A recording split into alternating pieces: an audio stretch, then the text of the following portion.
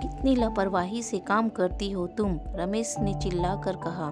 सुबह सुबह काम की हड़बड़ी में रमेश के लिए रखा दूध का गिलास मेज पर लुढ़क गया था।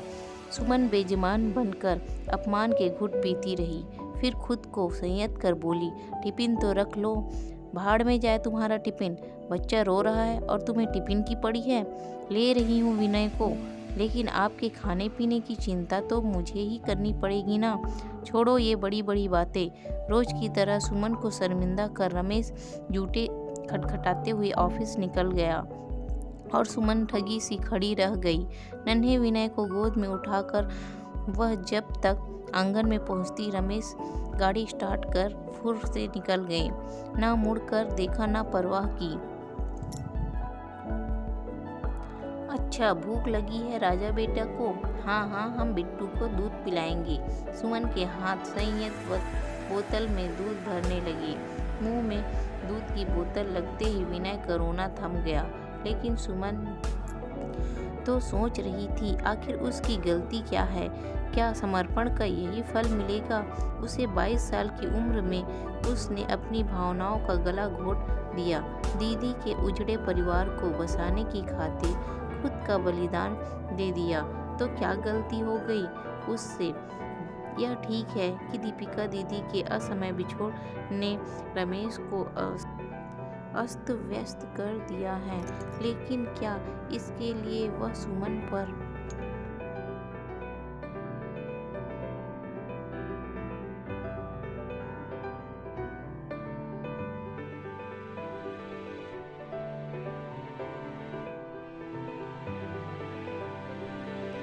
जब तक व्यंग बाढ़ चलाने का अधिकार बन जाता है। दूसरे दिन आने वाले अपने जन्मदिन पर सुमन ने अपनी सहेलियों को घर पर आमंत्रित किया। मधु, रीना, वीणा, महिमा सब कितनी बेताब थी उसके घर आने को। सुमन की अचानक हुई शादी में शामिल न होने की कसर वे उस दिन जन्मदिन मनाकर ही पूरी कर लेना चाहती थी। सुबह की घटना को भूलकर सुमन ने रमेश के सामने बात छेड़ी। सुनिए, कल मैंने कुछ सहेलियों को घर पर बुलाया है, आप भी 6 बजे तक आ जाएंगे ना? क्यों, कल क्या है? रमेश ने आंखें तरेरते हुए पूछा। तो जनाब का गुस्सा अभी ठंडा नहीं हुआ है, सुमन मन ही मन सोचते हुए चुहल के मूड में बोली, जैसे आपको मालूम ही नहीं। हाँ, नहीं मालूम मुझे क्या है कल, कहते हुए रमेश के माथे पर बल पड़ गए। रमेश के तेवर देखकर सुमन का सारा उत्साह ठंडा पड़ गया। वह मायूसी से बोली, मधु, वीरा वगैरह कल मेरा बर्थडे मनाना चाहती थी, इसी बहाने मिलना भी हो जाएगा और हम सहेलियां मिलकर गपशप भी कर लेंगी। बर्थडे और तुम्हारा? ओ कम ऑन सुमन, एक बच्चे की माँ हो तुम और बर्थडे मनाओगी? सहेलियों को बुलाओगी? या बचकानापन छोड़ो और थोड़ी मैच्योर हो जाओ। रमेश की बातें सुनकर उसके धैर्य का बांध टूट गया।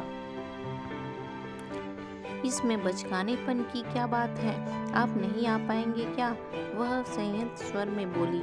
देखूंगा, वैसे तुम्हारी सहेलियों से मिलने में मुझे कोई दिलचस्पी नहीं है और तुम तो जानती हो कि दीपिका के बाद कोई भी फंक्शन, भले ही वह छोटा क्यों ना हो, मैं उसमें शामिल होना पसंद नहीं करता। फिर क्यों जोर दे रही हो?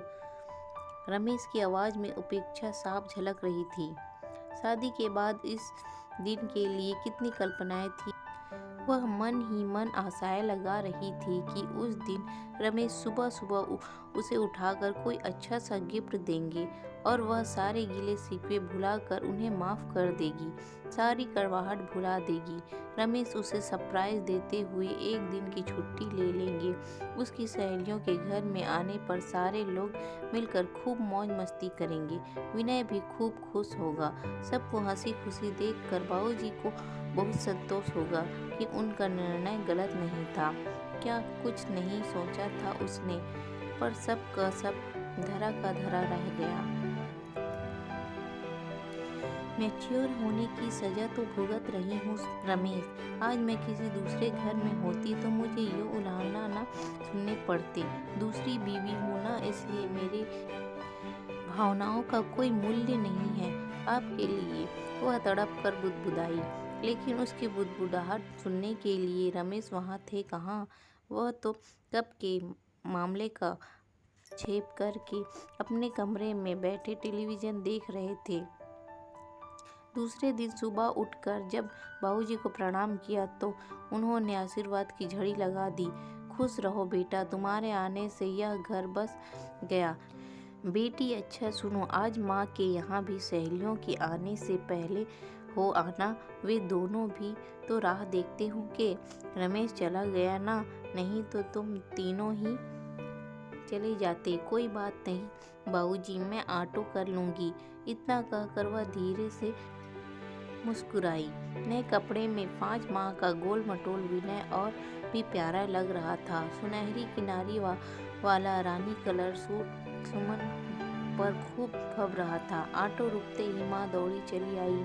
उसने विनय को अपने मम्मी की गोद में देकर मम्मी पापा दोनों को झुककर प्रणाम किया। पापा बोले, बेटा रमेश आते तो अच्छा होता। वह तो चाहते थे लेकिन छुट्टी ही नहीं पाई। अपनी प्रतिष्ठा बचाने और मम्मी पापा को दिलासा देने की खातिर झूठ बोलने में कितनी कुशल हो गई थी सुमन। थोड़ी देर बाद पापा विनय को घुमाने ले गए। उनके निकलते ही माँ को टोह लेने का मौका मिल गया। सच बता सुमी, तू खुश है ना? रमेश का व्यवहार कैसा है? सब ठीक है ना? सब ठीक है माँ, वह उदास स्वर में बोली। सब ठीक है तो फिर तू उदास क्यों है? खोई खोई सी लग रही है। माँ, विनय रात में सोने कहाँ देता है, नींद पूरी नहीं हो पाती, इसी से सुबह भी थकी हुई लगती हूँ। बेटी वह तो ठीक है, पर माँ की आवाज़ का प्रश्न चिन्ह बहुत कुछ कह गया। पर क्या? मैंने कभी कुछ कहा क्या? वह झुंझलाई। बोला नहीं तभी तो सुमी, यह जो तेरी कुछ न बोलने की आदत है ना, उसी से डर लगता है। तू शुरू से ही ऐसी है, मन की बात भीतर दबा कर रखने वाली। तू घुट घुट कर जी लेगी लेकिन अपनी पीड़ा कहेगी नहीं।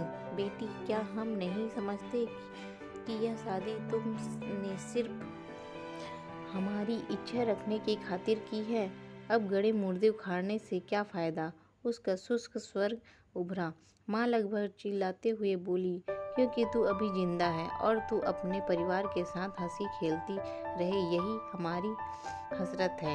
एक बेटी को तो हम खो चुके हैं, आगे कुछ भला बुरा सहन नहीं। माँ की आवाज़ तर हो गई। माँ ने हथेलियों से आंसू छिपाने की कोशिश की लेकिन नाकाम रही। सुमन माँ के कंधे पर हाथ रखते हुए बोली, सॉरी माँ, मैंने तुम्हें रुला दिया। मैंने कहा ना सब ठीक है, तुम बेकार ही परेशान होती हो। अच्छा, माँ बोली, तो मेरे लिए क्या बनाया है?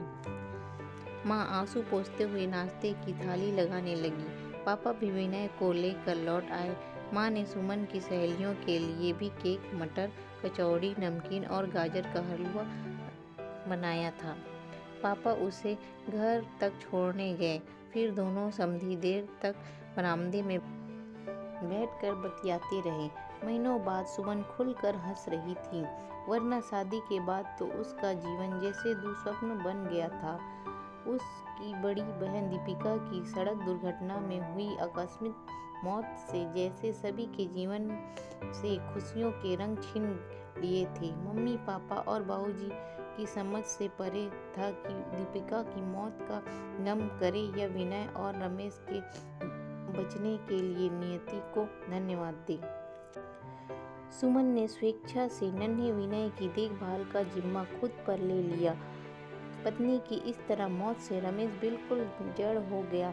चिड़चिड़े और छोटी छोटी बातों पर बिकने वाले घर के बड़े लोगों ने सोचा कि यदि रमेश की शादी कर दी जाए तो शायद वह फिर सामान्य जीवन बिता सके, और उन्हें इसके लिए सुमन से बेहतर विकल्प नहीं दिख रहा था। बड़ों के प्रश्न के जवाब में वह ना नहीं कह सकी और ब्याह कर उस घर में आ गई जो कभी उसकी दीदी का घर था। मुखर दीपिका को शांत सुमन में खोजने की रमेश की कोशिश निष्फल रही। धीरे धीरे घर में उनका व्यवहार सिर्फ खाना खाने, कर्तव्य पूर्ति के लिए धन और सामान जुटाने व आराम करने के लिए ही शेष रह गया था। क्या सुमन रमेश के दिल में जगह बना पाई?